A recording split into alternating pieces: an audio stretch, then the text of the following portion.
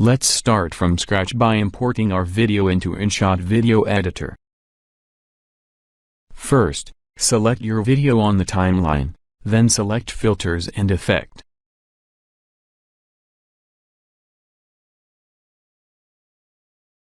Select Fade, then Black.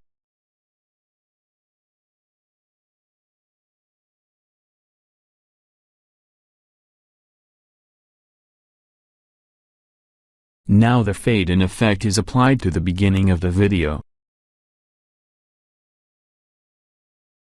To add a fade out for the end of the video, move the playhead away from the fade in object, then select Effect and Fade again.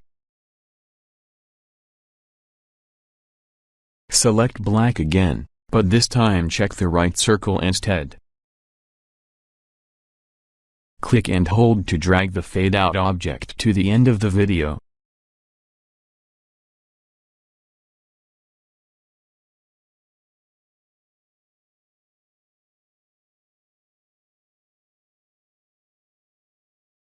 All done.